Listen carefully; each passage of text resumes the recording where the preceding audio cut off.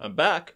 What is going on, folks? Zach from Uchi Shelf here. Hope you guys are doing good and reading lots of manga. Welcome back. I know I disappeared there for a little bit, but I am back in full force. Back in 4K, I think. I've only messed around with this camera the tiniest bit. And I thought, what better way to ring in the new year and to celebrate the return of Zach from Uchi Shelf than a good old-fashioned manga haul. Let's get into it. Now, I gotta be real with you guys, I don't remember the last time I did a manga haul, and I honestly don't remember what was on it, so I'm probably gonna miss a few things. If so, whatever. I don't think it really matters. And if there's some duplicates in here, go to hell. I don't care. First up, we got volumes 2 and 3 of Suzu Oshimi's Blood on the Tracks. This manga is absolutely nuts. Me, Alonzi, and On the Shelf have kind of been reading this as it comes out. And oh my god, it's so good because it's obviously Suzu Oshimi. Everything that Suzu Oshimi puts out has just been gold with like very few exceptions. And I think out of all the currently releasing manga, this is the one series that I am really looking forward to every time it comes out, because every time me, Alonzi, and On the Shelf read this, we all get into Discord and we're like, holy shit. What the hell was that? Now, if you do want to know my more in-depth thoughts of Suzu Oshimi's Blood on the Tracks, I already did a first impressions video, and I've got a brand new review of volumes 1 through 4, just covering a little bit more of the story and a little bit more of the in-depth characterization and the plot and everything like that, coming out in the next month or two, so definitely keep an eye out for that. Next up isn't quite a manga, but it's damn near close enough. It is Volume 1 of the Log Horizon light novel. I promised my good friend, that man and his manga, that I would eventually check out light novels. I own the first 2 of 86. Not a huge fan of them, more looking for something that I really enjoy. Log Horizon, I remember really enjoying the first season of the anime. I thought, you know what, if I'm going to jump into light novels, I'm going to start with something that I'm kind of already familiar with, something I already know I kind of like. And if you haven't watched Log Horizon, at least do me the personal favor of listening to the opening theme, Database by Man with a Mission. Absolute banger. Best Man with a Mission song, hands down. Now, as to the specifics of what Log Horizon is about, don't really remember. I know it's like an MMO isekai thing. It was actually pretty good in comparison to the run-of-the-mill, twice-a-season, crappy, garbage pail, cookie cutter, more adjectives, insert adjectives here, MMO isekai that seemed to be commonplace in the last few years, but, yeah. Where the hell I was going with that. And in hot on the manga haul, we've got volume 1 of Die Wergelder. Or Die Wergelder. It's German. I don't really know. Now, I've always seen this manga on discount for like a ridiculously low price whenever I go to Waterstones or Forbidden Planet. So, based on that alone, and based on knowing nothing about it, I assumed it was absolute garbage. But lo and behold, and to my surprise, this was actually badass. It's actually a gift from my good friend Callum from On the Shelf, who you all know as my podcast co-host from Between the Shelves, which we've got a new episode coming, insert date here because don't know when. Now, I don't have any strong criticisms towards or against this other than I really did enjoy it. If you want more of kind of an in-depth review of this, On the Shelf did a very good video about it. I'll leave a link to his review in the description below. Now, if you have any children in the room with you, first of all, shame on you. They shouldn't be watching my videos. But secondly, get them out of here. I have some adult stuff I want to talk about. I'll wait. Okay, cool. Okay, so I got volume 1 of Hiroyo Oku's Gigant, something I only own digitally, but my good friend Hannah from over at Highland Manga got me this as a Christmas present, so thank you very much, Hannah. If you guys want to know what this is all about, I made a video about it. Already got you. I beat you guys to it, so I don't have to talk about it. If you've read Gantz or Inuyashiki, you know that Hiroyo Oku's manga tends to be a little weird. Not like bad weird or anything, but in some cases bad weird. So Gigant essentially follows a high school guy who wants to be a filmmaker. He's really into a porn star by the name of Papiko. He ends up meeting Papiko. He ends up dating Papiko. Papiko ends up getting the ability to grow giant. And when you grow giant, your clothes don't grow with you.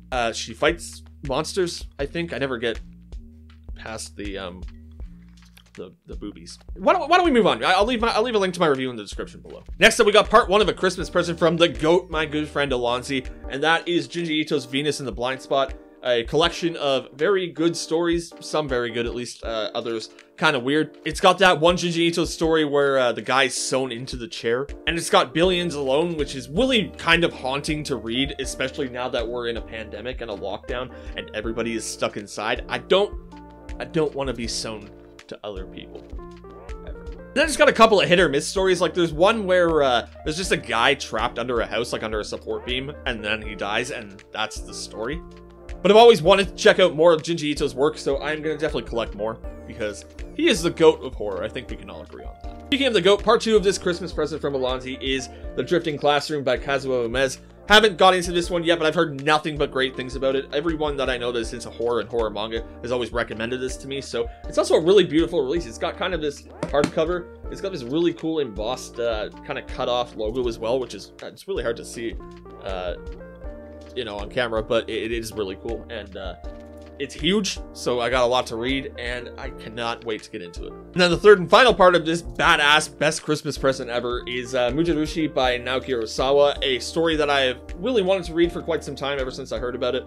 Gonna get into it eventually, haven't read this yet. I got a few more Naoki Osawa works to get through, namely 20th Century Boys. So I'm gonna just get into that once the last two omnibuses are out. Righto, so next up we got volume 2 through 9 of Harukuchikawa's Land of the Lustrous, a story that puts Steven Universe to shame. It actually does though, because this manga is honestly one of the most beautiful, haunting, ethereal manga that I've ever read. And actually, when I'm done recording this very manga haul, I'm actually going to be recording a review of it, so keep an eye out on the channel because that is going to be coming out this week. As a brief overview, it is set thousands of many years into the future, when the world has been reduced to a single really small kind of island shore kind of thing. And that shore is inhabited by these kind of anthropomorphized versions of gemstones, and it follows the story of one young gemstone by the name of Foss. Now, Foss is very fragile and breaks at the slightest bit of wind or debris or dust or whatever, and they are finding it very difficult to find their place in the world. So the manga kind of follows that, goes into the lore, goes into what happened to the world, why the world is like this now. And honestly, not a fan of 3D anime at all, but this adaptation of Land of the Lustrous, the 3D anime of it,